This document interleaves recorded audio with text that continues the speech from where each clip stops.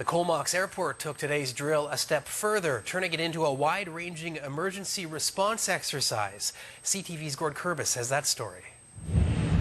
Emergency vehicles roll into position at the Comox Airport, called to a fuel spill not far from the main terminal. This is the kind of exercise we do a couple times a year, a live exercise, which is so useful in getting everybody, including our staff here at the Comox Valley Airport, used to following through the procedures, going through the checklist. A Buffalo aircraft is simulating a commercial flight that has a problem while refueling. Staff say an incident like this is unlikely, but needs to be planned for. The worst case scenario would be an uncontrolled fuel spill, which would require assistance well beyond our capability, and that's why we called in the fire departments from both 19 Wing and Comox Valley, and not just dealing with it on the ramp, but making sure it doesn't get into the environment as a whole. Along with dealing with the spill, first responders also have a medical emergency, a driver overcome by fumes. It's one thing to deal with the threat of a fire, the threat to the environment, but then they're always dealing with casualties. How are you dealing with? Who's involved?